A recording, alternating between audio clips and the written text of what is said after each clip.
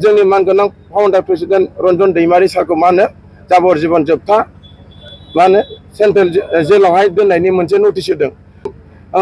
CM सारा सासे सिगनेटरि हिसाबै दिनै बिथांखौ जाहाथे बे 20 नभेम्बरावनो जाहाथे गनायनि माबा मोनसे पलिसि खालामनो हायो बेखौ जों जेला खावनो हायो अब्ला मानगोनां चिफ सारा मा होनो डक्टर मिनिस्टारा बुंदों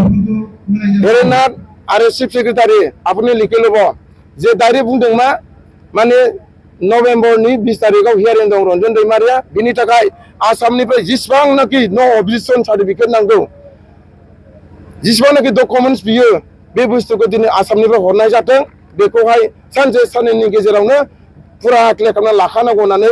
दिनै जोंनो बेखिनि मेसेजखौ दिनै बिथाङा होदों। ओइदिनखालि जोङो जोबोद गोजोननाय मोन्दों मालालाबो जोङो केप्टेनखौ सावरायदोंब्लाबो जों बेबायदि मेसेजखौ मोननो हायाखैमोन। ओइदिनखालिनि तारिखाव जोङो जोबोद गोजोननाय मोन्दों मानगोनां हेमेन्त बिश्व शर्मा सारनिसिम बेनिखायनो इउनाइटेड फर एक्शन बिया धन्यबाद होगोन दिनैसिमबो आरो इयुनावबो लांबाय थागोन। आरो बेजों लोगोसे मा होनो 52 न्याय केसाव थानाय बे बिथांमोनखौबो जेरैखि जाया बख'नांगौनि थाखाय जों खावलायनाय लोगो लोगो बिथाङा होनदों फ्रायानो 12-13 बोसोर जाबाय बिथांमोना दिनै उदां जानायनि मोनसे परिस फैबाय। नंगौ एनडिबिआव थानानै सिलाय लानानै नांफुनाय समाव सिलाय लाग्रा सिलाय लाखागोन गावखागोन सिलाय लानानै आन्दलन खालामग्राफ्रा नंगौ बमबो होगोन बमबो बेरहोगोन गावगोनबो बुथारगोनबो बे स्वाभाबिकखा। नाथाय बेफोरो आखाइ हाथे लानानै नांग्राफोरनि थाखाय बे मोनसे मा होनो बेखौ नेचारेल बायदि बुंनाय साननानै लाजायो। थिग बेनिखायनो दिनै बेफोरो जेबो नङा जेसेबांनाखि 52नि जेसेबांनाखि केसफोर दङ बिथांमोननि केसखौहाय थाबैनो मा होनो पिपि लगायनानै पाब्लिक प्रेसिडिउर होनानै बिथांमोननि केसखौहाय मास मोनसे 1.5 मासनि गेजेरावनो फोजोबना होनांगौ होननानै दिनै चिफ सेक्रेटारि आरो एडिजिपि हेरेनाथखौ दिनै कमप्लिटलि रिटेन लाहैजोबखानाय बेखिनि मेसेजआ जोंनि थाखाय जोबोद गोजोननाय। बेनिखायनो हेमेन्त बिश्व शर्मा सारखौ जों धन्यबाद होयो आरो लोगोसे आसामनि बुंथिगिरि जोंखौ लांनानै जिबायदि मोजां दिनै मोनसे रिजाल्ट मोनहोनो हादों बिश्वजित दैमारिसिमबो जोङो फराम एक्सन टिभिनिफ्राय नोंथांमोननि चेनेलनि गेजेरजों दिनै जोङो धन्यबाद हरदों। आरो जोंनि गासैबो ओइदिनखालिनि 10टा माइनसखौ लानानै जेब्ला जों सावरायो बेवहाय दिनै भुटाननिफ्राय लानानै थांनाय सेप्तेम्बर 20 तारिखाव जिबायदि दिनै 6 जन एनडिपिखौ जेरै हगारदों थिग बेबायदिनो नेपालाव सासे दङ जोंहा केशव पुयेल होननाय बे केशव पुयेलखौबो थाबैनो चिफ सारा जेरै 20 सेप्तेम्बराव जेरै 6 जनखौ लाबोनो हादों दिनै चिफ सारा बेखौबो बरनाय होनांगौ होननाय लोगो लोगो एडिजिपि हेरेनाथ आरो चिफ सेक्रेटारि बिथांखौ बुंदों बे मास मोनसेनि गेजेरावनो आउट अफ स्टेटआव थानाय केस आउट अफ स्टेटआव थानाय जेलाव थानाय मानसिफोरखौ बख'ना लाबोनांगौनि थाखाय बिथाङा लोगो लोगो डिरेक्सन होदों। बख'नांगौनि थाखाय बिटिसिआव इसि डिसिसन लानानै नो अबजेक्शन सार्टिफिकेट हरनांगौ दिसपुराव बे खोथाखौ जों बार बार बुंनाय जादों नाथाय बिथांमोना हाया दिनै खोथा बुंबाय थादों। नाथाय मानो हाया आं कुइसन खालामदों बिथाङा होनदों हाया आं होनदों हायो मानो हायो होनना बुङोब्ला थांनाय 2010 फेब्रुवारियाव जेला बिटिसि एकर्ड जादों हाग्रामा महिलारिनि दैदेननायाव बे समाव माखासे 175% लानानै जायहा सरकार सालायनो हायो बिथांमोनानो बे फुल पावार लानानै सरकारखौ दैदेननो हायो माहारिखौ सिबिनो हायो जिखुनु समाव बिफद आफदखौ दिनै दैदेननो थाखाय मोनसे गोहो पावार थायो। थिग बेबायदिनो दिनैहाय बिटिसिनि आयेनखौनो लानानै दानि सरकाराव थानाय प्रमद बर' बिथांखौ आङो बे तुलनाजोंनो दिनै बिथांखौ बुंदोंमोन नाथाय बिथाङा मा खालामनो हाया बिथाङा बेखौनो बुङो इसि डिसिसन लानो हाया एक्जिकिउटिभ डिसिसन लानो हाया मानो होनबा बेवहाय गुबुन हारि दङ गुबुन जाथि दङ दिनै बिथाङा बेबायदि बुंनो नागिरो। जों बुंदों गुबुन हारिखौ जों मानो नोंथांमोननि जिखिनि पावाराव थानाय जि सरकाराव फैनाय लोगो लोगो नोंथांमोना फुल पावार थायो जेसेबांनाखि गुबुन हारि थागोन नमिनेटेड एमसिएलए हिसाबै होजागोन बिथांमोना नोंथांमोननि बिखायावनो थायो नोंथांमोननि उनावनो थाफाग्रा बिथांमोनाथ' जेबो बुंनांगौ बाथ्रा गैया। दिनै बेखिनि बाथ्राखौ जों बुंदों। दुलाराय बर' फरायसा आफादखौबो थांनाय एप्रिलनि 18 तारिखाव बड'फा हाउसआवहाय जोङो दिपेन बर'जों जोङो मोनाबिलियाव सावरायनाय जादों। बे समावबो आं बुंदों प्रमद बर'खौ जेबो खावलायदों जे नोंथांमोना अननानै जे मानगोनां प्रेसिडेन्ट रन्जन दैमारिनिफ्राय लानानै 52 जर्ज बर' आरो रिपेगांमोनखौ जेरैखिजाया बख'नांगौनि सार्थ'नि थाखाय इसि डिसिसन लाहोनांगौ बेनिफ्राय दिसपुरावहाय फाथायहरनांगौ नोंथांमोना बेखिनिखौ जुदि मावनानै हरनो हायोब्ला जे बिटिसिआ जे दिनै नो अबजेक्शन हरबाय बेखौ सारा बर'फ्रा सारा एनडिबि रिलेटेड थानाय सुबुंफ्रा जोबोर गोजोननाय मोनगोन। दा बेखिनिखौ मावफुंनानै हरजानो जों लुबैदों नाथाय दिनैसिमबो मावफुंनो हायाखै। थाङै थाङै फैयै नै दाख्लैहाय 21 सेप्तेम्बरावहाय जोंनि मानगोनां आसामनि chief minister doctor Hemant Biswa Sharma सारजों जोङो मोनसे अफिसियेलि जोङो सावरायदों इउनिटि फराम एक्सन डिपिआ बेवहाय दङमोन मानगोनां हेमन्त बिश्व शर्मा सार बिश्वजित दैमारि आसामनि बुंथिगिरि स्पिकार आरो लोगोसे दानि इडुकेसननि मिनिस्टार डक्टर दिनेश पेगुबो दङमोन बेनिफ्राय जोंनिनो बर'निनो सासे दैदेनगिरि मा होनो केबिनेट मिनिस्टार इउजि ब्रह्मबो दङमोन ओइदिनखालिनि तारिखआव जोंनि इउनिटि फराम एक्सननि बेनि माखासे मेम'रेन्डाम होनानै 10टा माखासे माइनसखौ होनानै जों जेबो सावरायदों जोंनि मेम'रेन्डामखौ होनाय लोगो लोगो माखासे प्रजेक्टफोराव होनानै डाइरेक्ट चिफ मिनिस्टारा डाइरेक्टनो 1-to-1 सावरायनानै जोंनो गोबां मोजां मोनसे जों लुबैनाय बादिनो दिनै बिथाङा पजिटिभ रिजाल्ट होदों थिग बेबादिनो जों बुंदों फैगौ 20 नभेम्बराव नैबे बोसोरावनो 20 नभेम्बराव 2024नि बेवहाय मानगोनां प्रेसिडेन्ट रन्जन दैमारि सारा हियारिं जानो थांगासिनो 20 तारिखआव सावरायबाय आरो 27 तारिखआवनो बे अखानायैनो मोनसे गिलु फालु जोंनि गेजेराव मोनसे नटिस फैदों दिनैहाय बिथांनि बेखिनि मेसेजखौ मोननानै जों आरो सिन्था खालामदों नंमारगौ नामा सोरखाराव थानाय माखासे दैदेनगिरिफ्रा सोरखाराव थानाय माखासे सिगनेटरिफ्रा दिनै बिथांमोना मानगोनां प्रेसिडेन्ट रन्जन दैमारिनि सारनि सायाव आरो माखासे सिबिआइआव थानाय केसफोरनि सायाव 56 मा होनो न्याय केसनि आरो माखासे नन हाइनेन्स केसफोरखौ लानानै आरो माखासे आउट अफ स्टेटआव लानाय थानाय केसफोरखौ लानानै आउट अफ स्टेटआव थानाय माखासे जेल थानाय माखासे मानसिफोरखौ बख'नांगौनि सार्थनि थाखाय जोङो दिनै मा होनो दानि जे रिजनेल गभर्नमेन्ट इउपिपिएल सरकारजों प्रमद बर'जों फर्मेलि इनफर्मेलि जों सावरायबाय थासेयाव जों दिनैहाय माखासे मोजां फिथाइखौ नुवाखै मोजां मोनसे मावगोन बा मोजां मोनसे फिथाइ मोनगोन बेखौ जों नुवाखै मानो होनोबा 27 सेप्तेम्बराव जिखिनि रिजाल्ट रन्जन दैमारिनि बेनो जोंनि थाखाय मोनसे फोरमान जादों दा ओइदिनखालिनिफ्रायनो इउनिटि फराम एक्सन डिपिआ आरोबाव जोङो रासिन आरो सानफिननो गोनां जादों बेनिखायनो जोङो आरोबाव जों गोख्रों आरो सिदा खालामनायनि गेजेरजों बे इउनिटि फराम एक्सन डिपिखौ चिरां जिल्लानि सिङाव थानाय मा होनो अलामगुरिनि ग्रोबथा फार्म हाउसआवहाय अक्ट'बरनि 21 नैबे दिनैनि तारिखआवनो जोङो बे आफादखौ दाफुंनानै लानो हादों बे आफादखौ लाखांनायनि उननिफ्राय आरोबाव जोङो नैबे मा होनो इउनिटि फराम एक्सन डिपिखौ जोङो रेजिस्ट्रेसन खालामनानै लानो हाबाय बियो माखासे जोंहा अफिसियेलि কিছু खामानि मावनोबो हानाय जाबाय बेनिफ्राय इउनिटि फराम एक्सन डिपिनि माखासे जोंहा मट' दङ जों खामानि मावनांगौनि थाखाय जोङो मोनसे मट' खालामनानै लानाय जादों बे मट'आनो जाहैबाय peace and harmony and development of the peoples नैबे माखासे इउनिटि फराम एक्सन डिपिनि मट' जोंनि बर' माहारिनि गेजेराव बा जोंनि बिटिसिनि सिङाव बा आउट अफ मा होनो बिटिआरनि बाहेरायाव जेसेबांनाखि बर' माहारिनि बिफर आफर माखासे ससियेल एक्टिभिटिस खामानि सायावहाय जुदि माबा मोनसे प्रब्लेम जायोब्ला बेवहाय इउनिटि फराम एक्सन डिपिआ अरायसम अलखद समाव जों बाहागो लाफागोन दिनै बेखिनि थांखिखौ जों दिनै बेवहाय जों सोसनना लानाय जादों बे मट'आव बेनिखायनो दिनै बेखिनिखौ लानानै इउनिटि फराम एक्सन डिपिआ दिनैहाय जोङो 2 बोसोर जाबाय बे 2 बोसोराव जोङो निजा इउनिटि फराम एक्सन डिपिआ दिनैहाय जोङो दिल्लीयावबो जों एपइन्टमेन्ट लानानै जोङो 2 टाइम थांबाय 2 टाइम थांनानै जोङो 3 टाइम जों सावरायबाय बेनिफ्राय आसामनि मानगोनां चिफ हेमन्त बिश्व शर्मा बिथांजों जोङो मास मोनसे खेबनै जों सावरायनो मोनदों बेनिफ्राय बिथांजों जोङो बे 2 बोसोराव खेबनै जों सावरायबाय बेनिफ्राय अफिसियेलि प्रमद बर' बिथांजोंबो जोङो गोबां सावरायनाय जाबाय जोङो बे सावरायनायाव जों बेखौनो बुंबाय थादों जे प्रमद बर' बिथांनि सिगाङाव जों खावरायबाय थादों जे दिनै एनडिपिनि माखासे प्रसेसफ्रा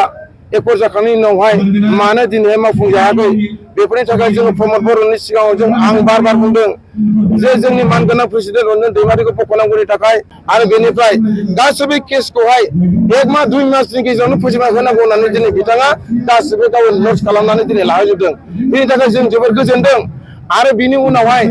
जोङो बे रायज्लायखांनानै फैखांनायनि उनावहाय साननैनि उनावहाय जोङो 23 तारिखआवहाय जोङो आसामनिनो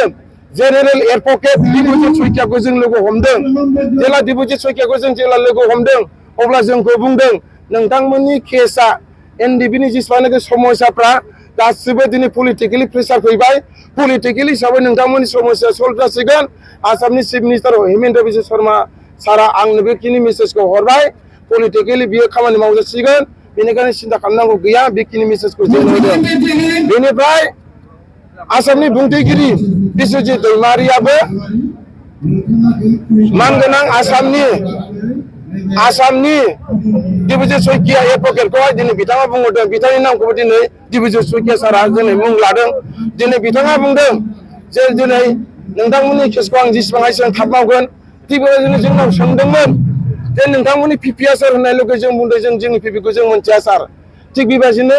जों मोनथिया होननाय लोगो लोगो बिथाङा मोनसे कल खालामदों फन खालामनाय लोगो लोगो बिथाङा लाउड स्पिकार होदों जोंखौनो खोनासंहोदों बेनिफ्राय जेला फन खालामो अब्ला मानसिया हिन्दी बाला हिन्दी राव रायलायदों अब्ला जै रिसिभ खालामनाय लोगो लोगो सार सार बिदि बुंहरबाय बे बुंनाय लोगो लोगो खोनासं जाबाय माबाया दिबिजय सारा जे खोनासं बे बर'लेण्डआव थानाय एक्स एनडिबिफ्रा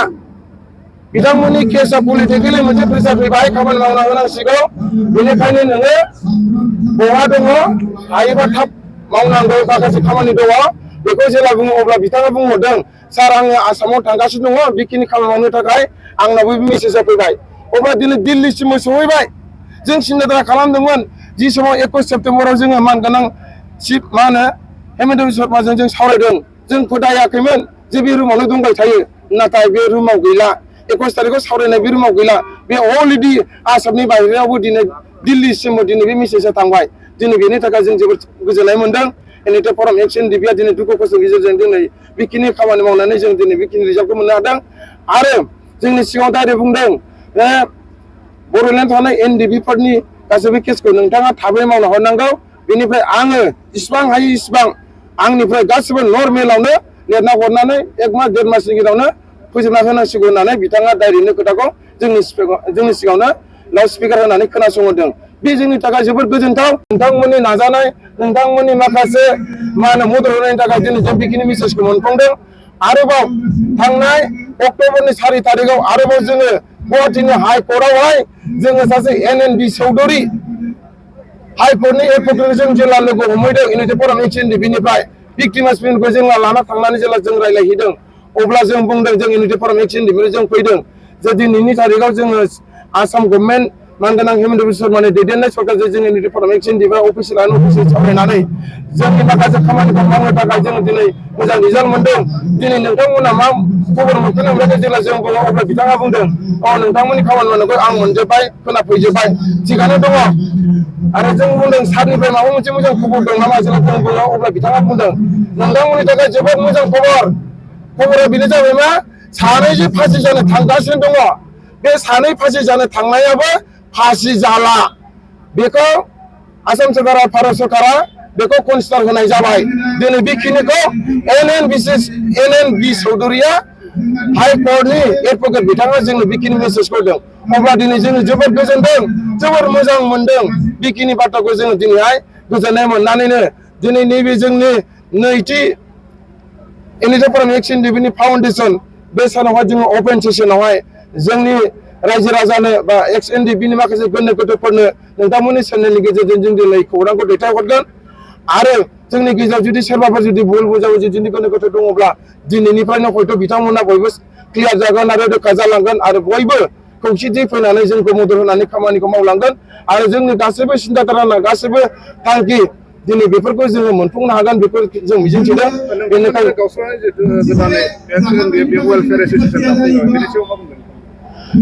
नंगौ थांनाय अक्ट'बरनि 15 तारिखआवहाय मोनसे गोदान आफाद दादों बे जोंनि एनडिबिआनोमोन एक्स एनडिबिआनोमोन नाथाय जों बुजिनो मोनाखै जों दिनै सिन्था खालामदों दिनै माब्रैहाय आरोबाव एक्स एनडिबि वेलफेयार एस'सिएशनखौ मा खालामनो थाखाय दादों आरो मा मावहैगोन बिथांमोननि थांखिया मा बिथांमोननि उद्देश्यआ मा जों बेखौ मिन्थिया नाथाय जाय बिथांमोना बे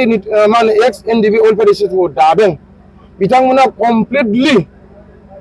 गासैबो दानि इउपिपिएल सरकारनि सोद्रोमा गोजाखा जाय बिथांखौ प्रेसिडेन्ट खालामदों दिनै बिथाङाथ' केन्डिडेटमोन जेनदों